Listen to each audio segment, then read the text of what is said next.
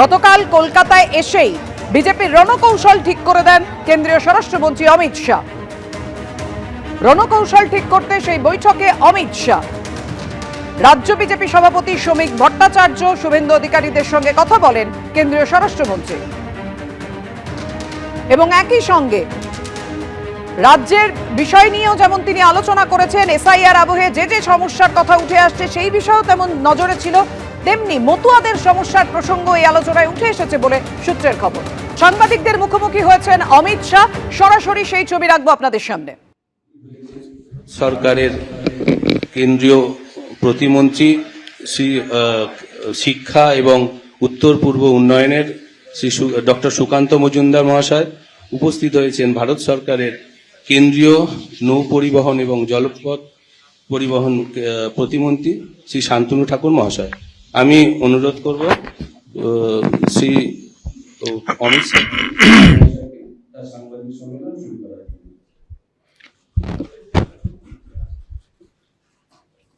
मित्रों, आज सभी का भारतीय जनता पार्टी की प्रेस वार्ता में मनपूर्वक स्वागत है। आज 30 दिसंबर का दिन है। हम सभी भारतीयों के लिए गौरव का दिन है।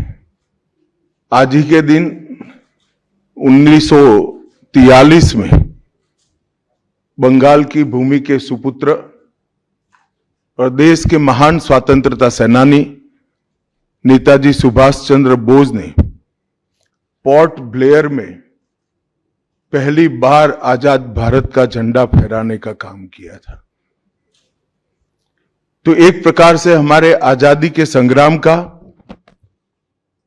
ये बहुत महत्वपूर्ण मकाम था। और इसके कई साल बाद, 8 दशक बाद, आज 30 दिसंबर को जब हम पीछे मुड़ कर देखते हैं तो बंगाल के लिए भी आज से लेकर अप्रैल तक का समय बहुत महत्वपूर्ण समय है। अप्रैल में बंगाल में विधानसभा के चुनाव होने जा रहे हैं।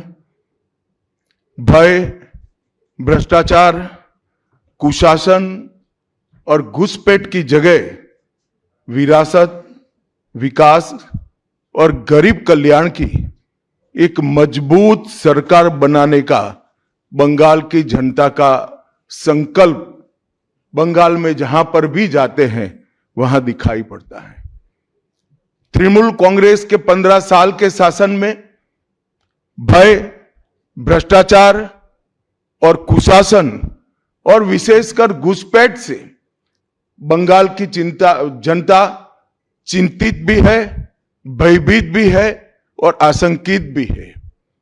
हम भारतीय जनता पार्टी के सभी कार्यकर्ता बंगाल की जनता को आश्वासन भी देना चाहते हैं और वादा भी करना चाहते हैं कि मोदी जी के नेतृत्व में बंगाल में भारतीय जनता पार्टी की सरकार बनने के साथ ही यहां की विरासत को हम पुनर्जीवित करेंगे।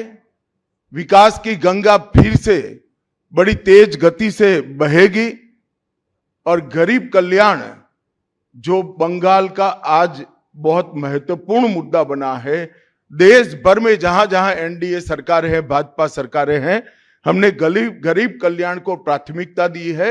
यहां पर भी गरीब कल्याण को प्राथमिकता दी जाएगी। और इस सब के साथ साथ एक ऐसी मजबूत राष्ट्रीय ग्रिड बनाएंगे जो बंगाल से घुसपैठ को समाप्त कर देगी। इंसान छोड़ दीजिए, परिंदा भी पैर नहीं मार पाए, इस प्रकार की एक मजबूत ग्रिड की रचना हम करेंगे। और न केवल घुसपैठ रोकेंगे, सारे घुसपैठियों को चुन चुन कर भारत के बाहर निकालने का काम भी भारतीय जनता पार्टी की बंगाल सरकार करेगी। आज ममता बनर्जी के नेतृत्व में भ्रष्टाचार के कारण पूरे बंगाल का विकास एक प्रकार से थम गया है। मोदी जी की सारी लाभकारी योजनाएं जो पूरे देश में गरीबी का उन्मूलन कर रही है। यहां पर टोल सिंडिकेट के भेंट चढ़ चुकी हैं और हर योजना डेड एंड पर पहुंच चुकी है। 14 सालों से भय और भ्रष्टाचार ये बंगाल का पहचान बना हुआ है। बीजेपी सरकार का संकल्प 15 अप्रैल 2026 के बाद जब भाजपा सरकार बनेगी, बंग गौरव, बंग संस्कृति, उसके पुनर्जागरण की हम फिर से शुरुआत करेंगे। और विवेकानंद जी, बंकिम बाबू और गुरुवर टैगोर और श्यामा प्रसाद मुखर्जी के स्वप्न का बंगाल बनाने का हम फिर से एक बार प्रयास करेंगे। और आज मैं फिर से एक बार कहना चाहता हूं, भारतीय जनता पार्टी के लिए ये बंग भूमि बहुत पवित्र और बहुत मायने रखने वाली है, क्योंकि हमारी स्थापना, भारतीय जनता पार्टी की स्थापना, भारतीय जनसंघ की स्थापना यही बंग भूमि के बड़े नेता श्यामा प्रसाद मुखर्जी ने की है।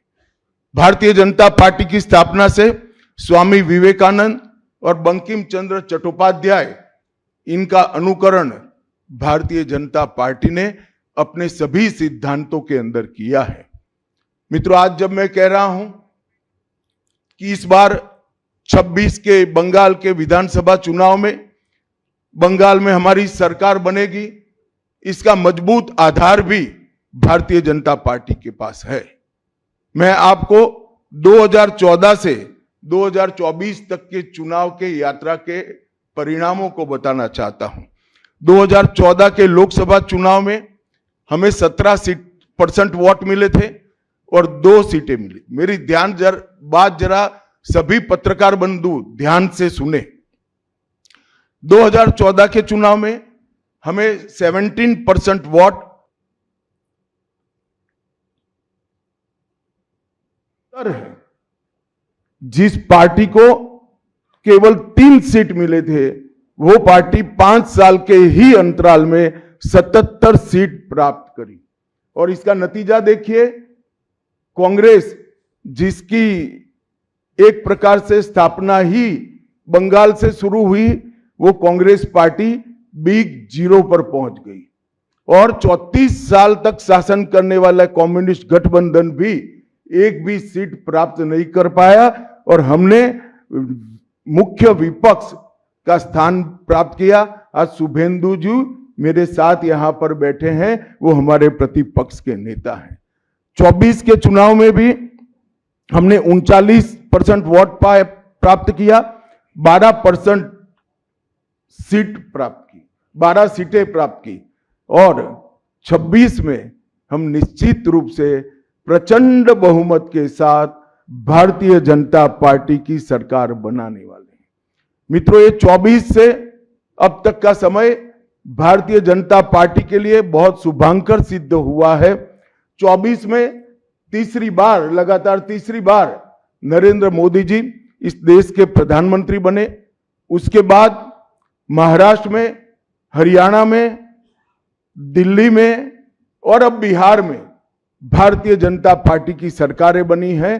24 के चुनाव में उड़ीसा और आंध्र प्रदेश में भी पूर्ण बहुमत की भाजपा की और एनडीए की सरकार बनी है। मुझे पूरा भरोसा है कि 2026 में बंगाल में 2/3 बहुमत के साथ भारतीय जनता पार्टी की सरकार बनेगी। ये बंगाल की जनता तय कर बैठी है। मित्रों, जहां पर भी बंगाल में जाते हैं, पूरे बंगाल की जनता घुसपैठियों से त्रस्त है। क्या कोई राज्य सरकार ऐसी हो सकती है जो घुसपैठियों की पनाहगाह अपने राज्य को बना दे? राष्ट्रीय सुरक्षा पर कितना बड़ा खतरा है, इसका जवाब बंगाल की मुख्यमंत्री ने बंगाल के चुनाव में दे। घुसपैठ रोकने के लिए उनके पास क्या योजना है? आर्टिकल 370 हटता है, वो विरोध करती है। सीएए लाकर बंगाल के शरणार्थियों को नागरिकता देने का हम कार्यक्रम करते हैं, वो विरोध करती हैं। और वो ठीकरा फोड़ते हैं कि बीएसएफ है, वो रोक नहीं रही है। ममता जी, मैं आज आपको इस सार्वजनिक प्रेस वार्ता में पूछना चाहता हूं कि कौन सी सरकार है बांग्लादेश की पूरी सीमा पर जो वाड़बंदी करने के लिए, बॉर्डर पर फेंसिंग करने के लिए जमीन नहीं देती है। अगर आप जवाब न दे पाए तो मैं ही देता हूं, आपकी ही सरकार है जो जमीन नहीं देती है, जिसके कारण फेंसिंग का काम समाप्त नहीं होता है। फिर भी भौगोलिक रूप से कठिन सीमा पर से कोई घुस कर आता है तो कहां जाता है? सबसे पहले बंगाल के गांव में जाता है। आपका पटवारी क्या कर रहा है? आपका थाना क्या कर रहा है? क्यों इसको अरेस्ट नहीं किया जाता? क्यों उस पर केस दर्ज नहीं होता? क्यों इसको वापस भेजा नहीं जाता? जवाब है क्या आपके पास? क्या बंगाल की मुख्यमंत्री जवाब दे सकती है कि असम में घुसपैठ क्यों बंद हो गई? त्रिपुरा में घुसपैठ क्यों बंद हो गई? गुजरात और राजस्थान की बॉर्डर पर घुसपैठ क्यों नहीं होती है? पंजाब की बॉर्डर पर घुसपैठ क्यों नहीं होती है? कश्मीर की बॉर्डर पर घुसपैठ क्यों नहीं होती है? सिर्फ बंगाल में क्यों होती है? क्योंकि आपकी निगहबानी में घुसपैठ कराई जाती है और बंगाल को धीरे धीरे डेमोग्राफी चेंज कर आपकी वोट बैंक को पुख्ता करनी चाहती है। मगर ये लंबा नहीं चलेगा। बंगाल की जनता अब जान गई है और इसके खिलाफ लामबंद भी हो रही है। और मुझे मालूम है अगला चुनाव घुसपैठियों को निकालने के मुद्दे पर और घुसपैठ रोकने के मुद्दे पर लड़े जाने वाला है, क्योंकि न केवल ये बंगाल का अब मामला रहा है। मैं आज बंगाल की जनता को इस प्रेस वार्ता के माध्यम से बताने आया हूं कि बंगाल की बॉर्डर से हो रही घुसपैठ सिर्फ बंगाल का मामला नहीं रहा है, अब ये राष्ट्रीय सुरक्षा का मामला है। देश की संस्कृति को बचाना है, देश की सुरक्षा को सुनिश्चित करना है, तो बंगाल की बॉर्डर सील कर दे, ऐसी देशभक्त सरकार यहां लानी पड़ेगी जो ममता बनर्जी नहीं कर सकती, केवल और केवल भारतीय जनता पार्टी कर सकती है। घुसपैठ के अलावे भ्रष्टाचार से पूरी बंगाल की जनता त्रस्त है। रोजवेली चिटफंड घोटाला, कैश फॉर क्वेरी घोटाला, एसएससी घोटाला, नगर पालिका नगर नियम का भर्ती का घोटाला, गाय तस्करी का घोटाला, राशन पीडीएस का घोटाला, मनरेगा का घोटाला, पीएम आवास का घोटाला, इतने सारे घोटाले हैं कि मैं पूरा लिस्ट पढ़ूंगा तो मेरी प्रेस कॉन्फ्रेंस का पूरा हिस्सा ही उसमें चला जाएगा। अब क्या ममता बनर्जी इस बात का जवाब दे सकती है कि आपके मंत्रियों के ठिकाने पर से 27 करोड़ रुपया मिलता है, जिसको गिनते गिनते नोट गिनने की मशीन भी गर्म होकर बंद हो जाती है। बंगाल जैसे गरीब राज्य के अंदर 27 करोड़, 20 करोड़, 15 करोड़ ये राशि मिल रही है, आपकी कोई अकाउंटेबिलिटी नहीं है। पार्थो चैटर्जी जेल में जाते हैं, ज्योति प्रिय मलिक जेल में जाते हैं, अनुव्रत मंडल जेल में जाते हैं, जीवन कृष्ण शाह जेल में जाते हैं, माणिक भट्टाचार्य जेल में जाते हैं, चंद्रनाथ सिन्हा जेल में जाते हैं, परेश पाल जेल में जाते हैं, कुंतल घोष जेल में जाते हैं, फिरहाद हकीम वो भी आरोपी बनाए जाते हैं, शोभन चैटर्जी आरोपी बनाए जाते हैं, कुणाल घोष 3 साल जेल में रहकर आते हैं, और आप कहती है कि भ्रष्टाचार नहीं हो गया, हो रहा है। आप आंख मूंद लिए ही हो भ्रष्टाचार के लिए, मगर बंगाल की जनता अपनी आंख बंद कर नहीं बैठी है। गरीब बंगाल की जनता के अधिकार का पैसा आपकी कैडर की भेंट चढ़ रहा है, आपको इसको जवाब देना पड़ेगा। महिलाओं की सुरक्षा एक बहुत बड़ा मुद्दा बना है और अधिकृत रूप से कहा जाता है कि महिलाएं 7 बजे के बाद अपने हॉस्टल और घर से न निकले। हम कौन से जमाने में जी रहे? मुगल काल में जी रहे हैं क्या? ममता जी, ये आजाद भारत, यहां माताओं बहनों को पूरा दिन जब इनकी मर्जी हो, जब इनको काम हो, घर के बाहर निकलने की सुरक्षा प्रदान करना ये हमारा संवैधानिक दायित्व है, जो देने में आपकी सरकार विफल गई है। आरजी कर मेडिकल कॉलेज का मामला हो, संदेश खाली का मामला हो, दुर्गापुर मेडिकल कॉलेज का मामला हो, साउथ कॉलेज लॉ कॉलेज का मामला हो, हर जगह बेटियां असुरक्षित हैं और ढेर सारे लोग और ढेर सारी माताएं बहनें ये अत्याचार से तंग आ चुकी है, असुरक्षा से तंग आ चुकी है। वो भी राह देख रही है कि कब वोट देने का अधिकार आए और हम ये निकम्मी तृणमूल कांग्रेस की सरकार को हटा दें। सांप्रदायिक तुष्टीकरण को इस राज्य सरकार ने अपनी नीति के रूप में स्वीकार कर लिया है। अब मरहम लगाने का प्रयास हो रहा है, मैं सुबह से देख रहा हूं, मगर अब मरहम लगाने से कुछ नहीं होता है। हृदय पर, बंगाल की हिंदुओं के हृदय पर घाव इतना गहरा बैठ गया है कि कोई मरहम काम नहीं आएगा। अब आपका जाने का समय तय हो गया है। यहां तक इंतहा कर दी, यहां तक कि पार्लियामेंट में वंदे मातरम पर चर्चा होती है। बंकिम बाबू ने रचे हुए वंदे मातरम पर चर्चा हुई, जो गीत पूरे हमारे आजादी के आंदोलन का प्रेरणा गीत बना, वो वंदे मातरम की चर्चा का तृणमूल कांग्रेस विरोध कर रही है, क्योंकि उनकी वोट बैंक इससे नाराज हो रही है। ये बंगाल की जनता कभी सहन नहीं करेगी।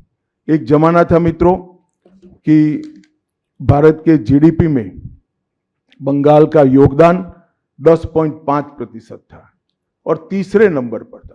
जीडीपी में योगदान की दृष्टि से हमारा बंगाल तीसरे नंबर पर था। तीसरे नंबर पर से सरक कर ये 49 साल में वो 22वें नंबर पर आ गया। अब नीचे कोई जगह ही नहीं बची। बंगाल का इतना आर्थिक पतन कभी नहीं हुआ है। ये कम्युनिस्टों के शासन के पहले, तृणमूल के शासन के पहले प्रति व्यक्ति बंगाल की आय राष्ट्रीय औसत से 127% ज्यादा थी। 127%। देश में नागरिक 100 रुपया कमाता था तो बंगाल में 127 रुपया कमाता था। आज देश का नागरिक 100 रुपया कमाता है तो बंगाल का नागरिक 73 रुपया कमाता है। ममता जी, आपको इसको जवाब देना पड़ेगा। हर प्रकार के उद्योग की शुरुआत एक जमाने में इस सुजलाम सुफलाम भूमि से हुआ था और इसी के आधार पर सोनार बांग्ला की परिकल्पना की जाती थी। वो बंगाल में आज भ्रष्टाचार, घुसपैठ और टोलबाजी के कारण सारी इंडस्ट्री वापिस जा रही है। केंद्र सरकार की योजनाएं लागू करने में उनको अपनी वोट बैंक गंवाने का डर है। पीएम किसान देरी से लागू किया, बंगाल के किसानों का 10,000 करोड़ रुपया चला गया। आयुष्मान भारत आज तक लागू नहीं किया और बहुत आयुष्मान भारत से बहुत एक प्रकार से कमियां वाली स्वास्थ्य साथी की स्कीम लागू की है। मुझे बताइए, कोई बंगाल का नागरिक भारत में कहीं जाता है और बीमार पड़ गया, स्वास्थ्य साथी स्कीम उसको बाहर के अस्पताल में इलाज करवा पाएगी क्या? नहीं करवा पाएगी। क्या गुनाह किया है बंगाल के गरीबों ने? देश भर के गरीबों को 5 लाख तक की पूरे स्वास्थ्य की गारंटी मिल रही है। अरे कई राज्यों ने किया कि केंद्र 5 लाख दे रहा है, उन्होंने और 5 लाख जोड़ दिए। आप केंद्र के 5 लाख इसलिए स्वीकार नहीं करना चाहते हो कि नरेंद्र मोदी से आपको डर है। डर तो ठीक ही है, क्योंकि मोदी जी की लोकप्रियता बंगाल में दिन प्रतिदिन बढ़ती है, मगर इसके कारण गरीबों का आप नुकसान कर रही हो। वो बंगाल के गरीब जरूर। हिंसा और प्रतिशोध की राजनीति, पूरा देश ऐसी आशा करता था कि यहां से कम्युनिस्ट जाने के बाद हिंसा और प्रतिशोध की राजनीति समाप्त हो जाएगी, मगर हुआ उल्टा। इन्होंने तो कम्युनिस्टों को भी अच्छा कहला दिया। मित्रों, अब तक 300 से अधिक भारतीय जनता पार्टी के कार्यकर्ता मारे गए हैं। 21 के चुनाव के बाद लगभग 3000 कार्यकर्ता विस्थापित बनकर आज भी अपने गांव में नहीं लौटे हैं। उनको दबाव बनाया जाता है कि आप तृणमूल का झंडा उठाओ तभी गांवों को रहने देंगे। क्या ये स्वस्थ लोकतंत्र की निशानी है? कोई व्यक्ति अपने किसी राजनीतिक दल में काम करना है वो स्वतंत्र रूप से तय नहीं कर पाएगा। वो ममता जी मुख्यमंत्री की चैम्बर से तय करेगी क्या? ममता जी, जितना भी प्रताड़ना करना हो करो, बंगाल की जनता अब तय कर कर बैठी है। इन्होंने भाजपा के कार्यकर्ताओं को हर तरह से प्रताड़ित किया, यहां तक कि महिलाओं पर बलात्कार भी किए गए। मैं अपना रिपोर्ट नहीं दे रहा हूं, नेशनल ह्यूमन राइट कमीशन का रिपोर्ट है, इसका भी जवाब ममता जी को देना पड़ेगा। ममता जी ने सारी संवैधानिक औचित्य को समाप्त कर दिया। किसी भी राज्य में प्रधानमंत्री जाते हैं तो वो देश के प्रधानमंत्री होते हैं। कई राज्यों में हमारी सरकार नहीं, कहीं ऐसा व्यवहार नहीं होता। वंदे भारत ट्रेन देने प्रधानमंत्री आते हैं, ममता जी स्टेज पर नहीं जाती है। कई प्रकार के भारत सरकार के सुप्रीम कोर्ट के आदेश से बने हुए, मेरी बात ध्यान से सुनिएगा, सुप्रीम कोर्ट के आदेश से बने हुए भारत सरकार के डीओपीटी के रूल्स ये तोड़ देती है, मरोड़ देती है। डीजीपी और मुख्य सचिवों की अपॉइंटमेंट में मनमानी करती है। रिटायर्ड होने के बाद सलाहकार बनाकर प्रॉक्सी डीजीपी और प्रॉक्सी सीएस बैठाने का काम करती है। ये 34 साल कम्युनिस्टों का शासन और 15 साल टीएमसी का शासन, ये केंद्र विरोधी मानसिकता बंगाल की जनता में खड़ा कर कर हमारी संविधान की स्पिरिट थी, उस स्पिरिट का कंप्लीट इन्होंने अनादर करने का काम किया है। ममता बनर्जी के शासन में सिंडिकेट, तोलबाजी, कट मनी, न केवल वो सिस्टम को बढ़ावा दिया है, यहां कमाई करने का अधिकार एक ही व्यक्ति को है, भाईपो को है, और किसी को कमाई करने का अधिकार नहीं है। सब में हिस्सेदारी देनी पड़ती है। बंगाल एक जमाने में सब बात में सबसे पहला मोटर कारखाना पश्चिम बंगाल में लगा। सबसे पहला पावर प्लांट 1887 में बंगाल में लगा। सबसे पहली कोयलरी बंगाल में आई। सबसे पहला स्टील प्लांट बंगाल में लगा। देश की सबसे पहली हाई राइज बिल्डिंग बंगाल में बनी। देश की सबसे पहली जूट मिल बंगाल में बनी। देश की पहली मेट्रो ट्रेन बंगाल में आई। एक ही शहर में 2 पोर्ट एक ही जगह है, बंगाल में है। और देश की सबसे पहली आधुनिक यूनिवर्सिटी कलकत्ता यूनिवर्सिटी भी बंगाल में बनी। और विश्व प्रसिद्ध विश्व भारती यूनिवर्सिटी भी, जिसने भारतीय शिक्षा के कंसेप्ट को जमीन पर उतारा, वो भी बंगाल में बनी। मगर ममता जी, आप गौरव मत करिएगा, इसमें से कुछ आपके समय में नहीं हुआ है। ये जो करने वाले थे, उनके पूरे रिदम को, इनकी लय को, बंगाल की विकास की गति को तोड़ने का आप काम करें। बंगाल आज इंडस्ट्रियल रूप से कंप्लीटली बर्बाद हो चुका है, और ये आपके शासन में ही हुआ है। आधा अधूरा तो कम्युनिस्ट बेचारे कर गए थे, आपने तो पूरा ही समाप्त कर दिया। सिंडिकेट राज, तालेबाजी, शत्रुतापूर्ण माहौल, इसके कारण 2011 से 25 के बीच में 7000 से ज्यादा कंपनियां बंगाल छोड़कर बंगाल के बाहर चली गई। और मित्रों, ये बहुत बड़ा सेटबैक बंगाल के आर्थिक विकास के लिए है। मित्रों, बंगाल स्वामी विवेकानंद, बंकिम चंद्र चट्टोपाध्याय, शरद चट्टोपाध्याय, महर्षि अरविंद, ईश्वर चंद्र विद्यासागर और कवि गुरु टैगोर जैसे महापुरुषों की धरती है।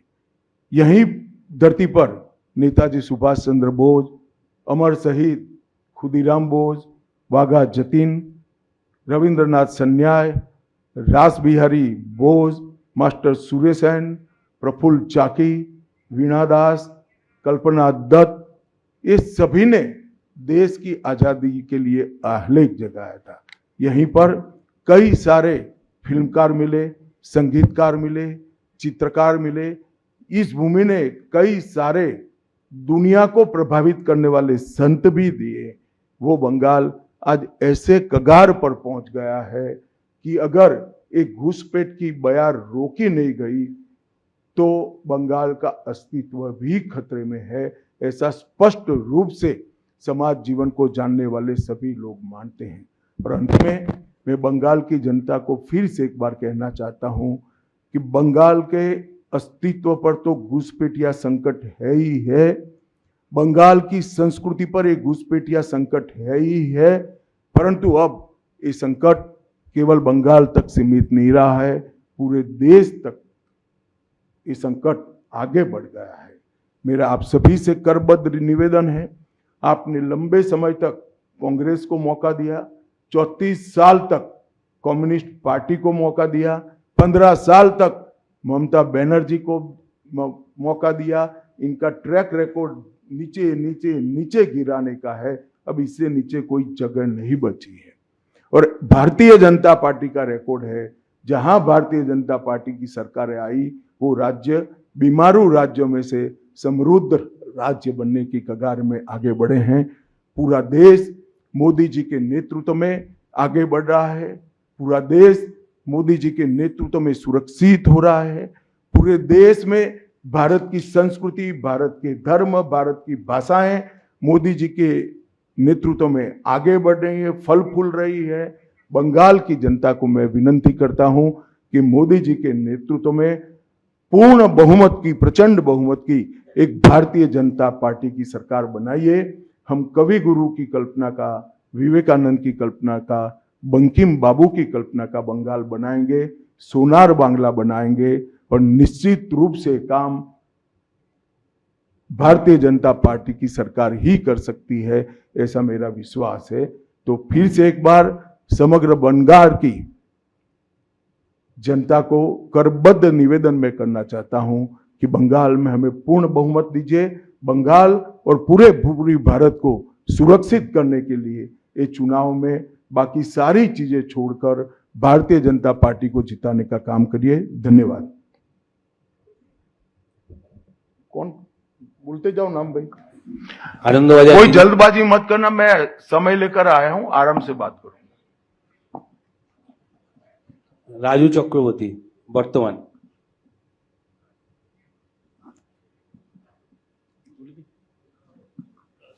सारी चीजें छोड़कर भारतीय जनता पार्टी को जिताने का काम करिए। धन्यवाद। कौन बोलते जाओ नाम भाई, आनंदबाजार कोई जल्दबाजी मत करना, मैं समय लेकर आया हूं, आराम से बात करूंगा। राजू चक्रवर्ती बर्तमान।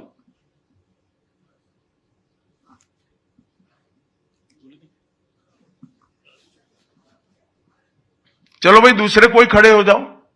गृहमंत्री जी नमस्कार, राजू चक्रवर्ती वर्तमान। मेरा दो प्रश्न है। एक करो। अच्छा 2014 के बाद आप जब पार्टी और एडमिनिस्ट्रेशन में बहुत सारे संस्कार लाए, 75 साल के बाद कोई भी लीडर या फिर मंत्री हो उसको मार्गदर्शक के भूमिका में जाना पड़ता है। तो आपको क्या लगता है अभी हाईएस्ट लेवल पे जो भी है पार्टी या फिर एडमिनिस्ट्रेशन में, वो 75 साल हो गया, उसको अपने आप वानप्रस्थ में जाना चाहिए? चलिए मैं बुलाकर आपको बताऊंगा। तुम बंगाल की चिंता करो भैया, मेरी पार्टी की क्यों चिंता कर रहे हो?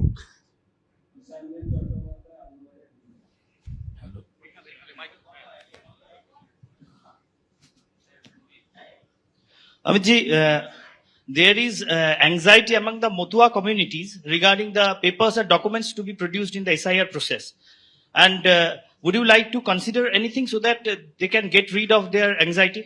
मतुआओं को डरने की कोई जरूरत नहीं है। ये भारतीय जनता पार्टी का वादा है। जो शरणार्थी बंगाल में आए हैं वो भारत के नागरिक है, इनका कोई नुकसान नहीं कर सकता, ममता बनर्जी भी नहीं कर सकती। Amit ji, this is Atri Mitra from Indian Express. पिछले कई इलेक्शन में हम लोग देखे हैं कि your ground level organisation was failed to dominate in the day of election with TMC. So is your organization is ready for now in 2020? आपने ध्यान से नहीं देखा है। मैंने इसीलिए पहले भाजपा की विकास यात्रा, भारतीय जनता पार्टी की विकास यात्रा बनाई। हम 3 सीट पर थे, 77 पर पहुंचे हैं और 77 से अब एज अ मुख्य विरोध पक्ष हमारा अधिकार है कि विफल सरकार को उखाड़कर हमें जनता शासन देगी। हम 77 सीट पर ऐसे नहीं पहुंच सकते, 18 सीटें ऐसे नहीं जीत सकते हैं।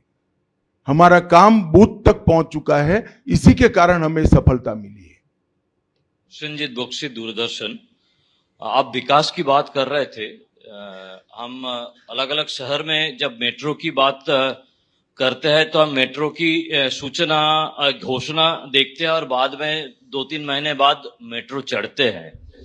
लेकिन कोलकाता में हम देखते हैं कि हम बचपन से मेट्रो का काम चलते रहते हैं और खास तौर से मैं जब ऑफिस जाता हूं देखता रहता हूं कि एक जगह है जहां पे मेट्रो का काम आधा अधूरा पिछले कई सालों से है और 2-3 बार हाईकोर्ट का इंटरवेंशन के बावजूद भी वो काम हो नहीं पा रहा है और इसीलिए कई सारे जो यात्री है काफी उसका दिक्कत हो रही है। तो ये जो इस यहाँ पे विकास का काम इस तरह से केंद्र और प्रदेश की खींचतानी में रुकावट देखते हैं, इस पे कैसे इसका इलाज किया जाता है? बैठ जाइए। देखिए, भारत सरकार पूरे देश में इंफ्रास्ट्रक्चर के डेवलपमेंट के लिए बहुत सारे काम कर रही है। अगर भारत सरकार का पक्षपाती कामकाज का तरीका होता तो वो तमिलनाडु को भी अप्लाई हो सकता था, तेलंगाना को भी अप्लाई हो सकता था और हर राज्य को अप्लाई हो सकता था। सभी जगह इंफ्रास्ट्रक्चर के काम अच्छे चल रहे हैं। सिर्फ बंगाल में तकलीफ क्यों आ रही है? क्योंकि मेट्रो हवा में नहीं चल सकता, भूमि चाहिए। भूमि पर जो एंक्रोचमेंट है वो खाली कराने का काम राज्य सरकार का है। यहां भारत सरकार जो भी योजना लाए इसका विरोध करना, ये मानसिकता से सरकार चल रही है, जो बंगाल का भी भला नहीं कर रही है, देश का भी भला कर रही है। क्यों तमिलनाडु की मेट्रो में प्रॉब्लम नहीं हो रहा है? क्यों तेलंगाना की मेट्रो में प्रॉब्लम नहीं हो रहा है? यूपी में लखनऊ में मेट्रो तब लगी जब अखिलेश जी मुख्यमंत्री थे, वहां पर भी प्रॉब्लम नहीं हुआ। मेरा तो आपसे आग्रह है, इतने अभ्यासु पत्रकार हो, कुछ पत्रकारों का संघ बनाकर इसके डेप्थ में जाकर व्हाइट पेपर बाहर निकालो कि सारी योजनाएं क्यों अटक गई है, तो आपको मूल कारण मालूम पड़ जाएगा। एबीपी।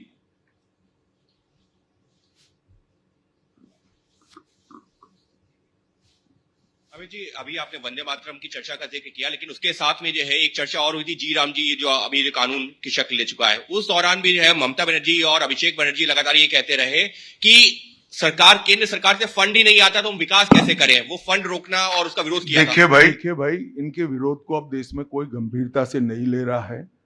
अगर कोई एक स्टेटमेंट भारत सरकार करेगी कि भारत देश कोई भी क्षेत्र में सबसे पहले आएगा तो भी ये विरोध करेंगे। विरोध उनका स्वभाव हो चुका है। इनके विरोध को कोई गंभीरता से नहीं ले रहा है, ना जमीन पर इसका कोई विरोध का असर दिख रहा है। लोहिया, एनडीटीवी। गृहमंत्री जी नमस्कार।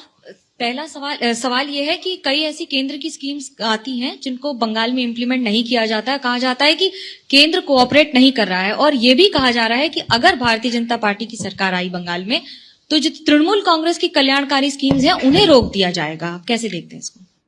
देखिए, मैं बंगाल की जनता को यह अपप्रचार चल रहा है, इससे स्पष्ट रूप से भारतीय जनता पार्टी की ओर से कहना चाहता हूं कि भारतीय जनता पार्टी की सरकार बनने के बाद अभी की जो सरकार जो स्कीमों के नाम से जो कुछ भी चला रही है, एक भी स्कीम बंद नहीं होगा और हमारे घोषणा पत्र में हम जितने भी स्कीमें करेंगे उसको जमीन पर उतारेंगे। ये हमारा रिकॉर्ड है, ट्रैक रिकॉर्ड है, देश भर में।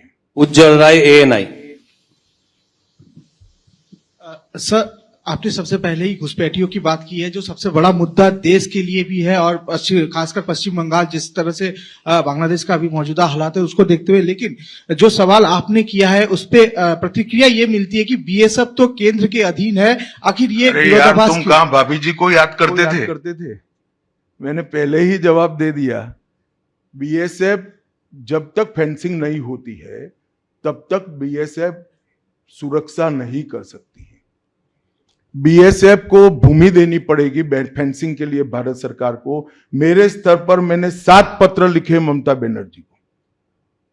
ये 6 साल के अंदर 3 बार गृह सचिव यहां कर मीटिंग कर गए चीफ सेक्रेटरी से। मैं पूछना चाहता हूं तृणमूल कांग्रेस की सरकार को, जमीन देने में क्या डर है? कि आपकी कोई रिस्पॉन्सिबिलिटी नहीं है या आप घुसपैठ होने देना चाहते हो? और फिर भी नदी नाले जंगल कहीं से कोई घुसपैठिया आ जाता है, कहां आता है? सबसे पहले गांव के थाने और पटवारी के बगैर कोई रह सकता है? इसके डॉक्यूमेंट कौन बना रहा है? बंगाल सरकार बना रही है। देश भर से जो घुसपैठिए पकड़े जा रहे हैं, इनके पास से बंगाल के डॉक्यूमेंट, फर्जी डॉक्यूमेंट पकड़े जाते हैं।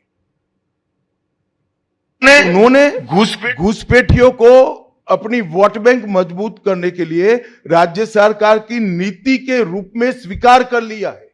इसलिए मैं कहता हूं कि तृणमूल कांग्रेस घुसपैठ नहीं रोक सकती। बंगाल की डेमोग्राफी खतरनाक तरीके से बदल रही है और आने वाला समय बहुत चिंताजनक। 26 के चुनाव से पहले बंगाल में मंदिर मस्जिद की राजनीति शुरू हुई है। आपको पता होगा मुर्शिदाबाद में बाबरी मस्जिद का। एक मिनट, मंदिर और मस्जिद दोनों की राजनीति कौन कर रहा है? एक तृणमूल से निकले हुए एमएलए कर रहे हैं और एक तृणमूल कांग्रेस कर रही है। तो सवाल का एड्रेस गलत है, सवाल तो सही है। निर्माण से बंगाल और भारत में शांति का माहौल बिगड़ सकता है।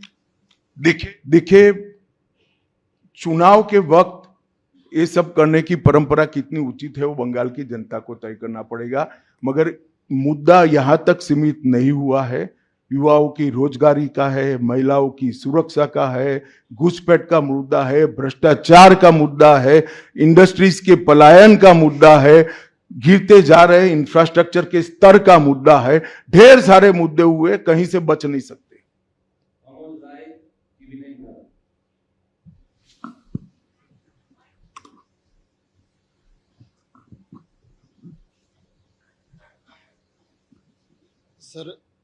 सर मेरा एक प्रश्न ये है कि आज ममता बनर्जी लगातार 2 दिनों से का एक अपना स्वभाव है, लेकिन उनपे जो है तुष्टीकरण का आरोप लगाया जा रहा है। और लगातार वो पहले भी मंदिर एक बनवाई है अभी उड़ीसा के तर्ज पे, और दूसरा एक और घोषणा उन्होंने कर दिया महाकाल मंदिर बनाने का। तो चुनाव की दृष्टि से क्या आपको लगता है कि इसका मैं तो भाई किसी भी कारण से मंदिर बनाते ही इसका स्वागत करता हूं, मगर बहुत देरी कर दी है उन्होंने। बांग्ला अमित जी, एक सवाल बार बार एक नैरेटिव फैला जाता है टीएमसी और लेफ्ट के तरफ से कि बंगाल में जितना भी काम कर ले बीजेपी कार्यकर्ता, ऊपर कुछ सेटिंग वगैरह है तो अमित शाह जी और नरेंद्र मोदी जीतना नहीं चाहते। आज पूछता है बंगाल, जवाब चाहे बांग्ला, आप लोग बंगाल को जीतना चाहते हैं? कितना सीरियस है सेंट्रल बीजेपी? देखिए भाई, मैं यहां आकर प्रेस कर रहा हूं। मोदी जी अभी थोड़े दिन पहले सभा करने के लिए आने के लिए निकले थे, जा नहीं पाए। अब ममता बनर्जी कह रही कि हम उनके साथ हैं। अगर उनको ये भ्रांति फैलानी है तो फैलाएं। भारतीय जनता पार्टी का कोई नेता घुसपैठियों को आश्रय देने वाले के साथ नहीं रह सकता। ये भारतीय जनता पार्टी का सिद्धांत है और हम सब भारतीय जनता पार्टी के कार्यकर्ता से लेके मोदी जी तक कटिबद्ध है कि मूल समेत तृणमूल कांग्रेस की सरकार को हम उखाड़ कर फेंक देंगे।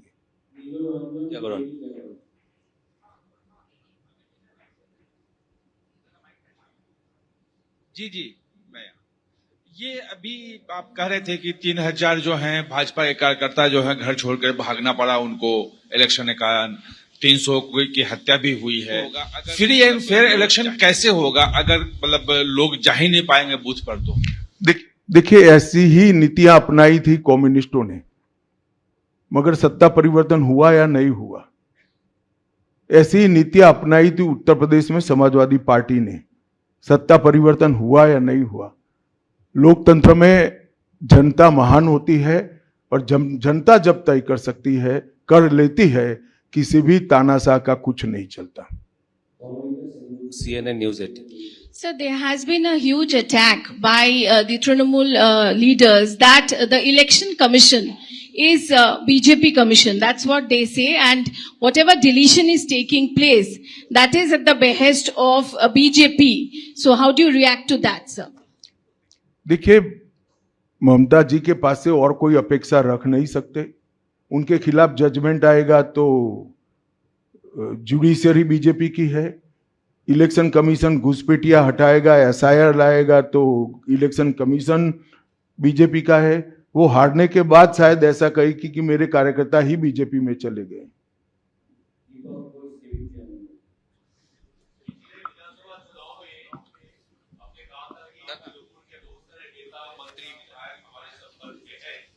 और तृणमूल को कमजोर करने मैंने नहीं कहा भैया, ऐसा कभी नहीं कहा। हाँ, आए ही है।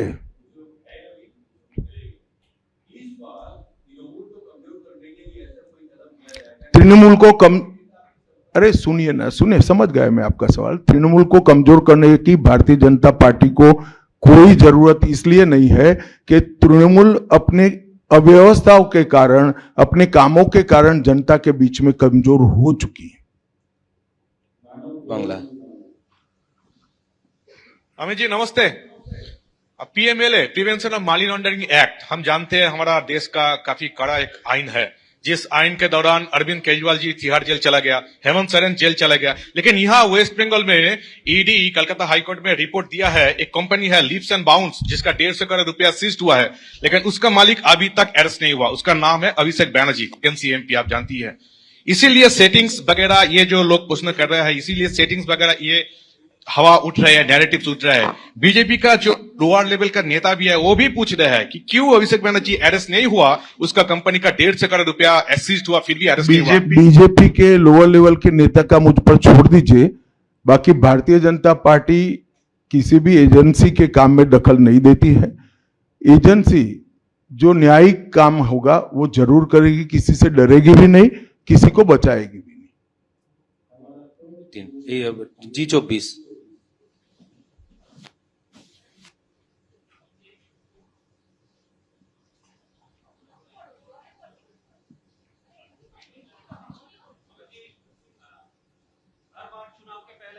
बंगाल आते हैं, अब तक एक टारगेट बीजेपी लीडर और सभी को, तो इस साल 26 के चुनाव के पहले अब सुने नहीं, मैं कहा 2/3 बहुमत के साथ सरकार बनाएंगे, 2/3 मेजोरिटी के साथ सरकार बनाएंगे, तो टारगेट हो ही गया।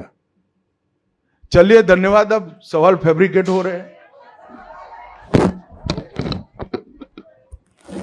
एबीपी आनंद एगिए थाके, एगिए राखे।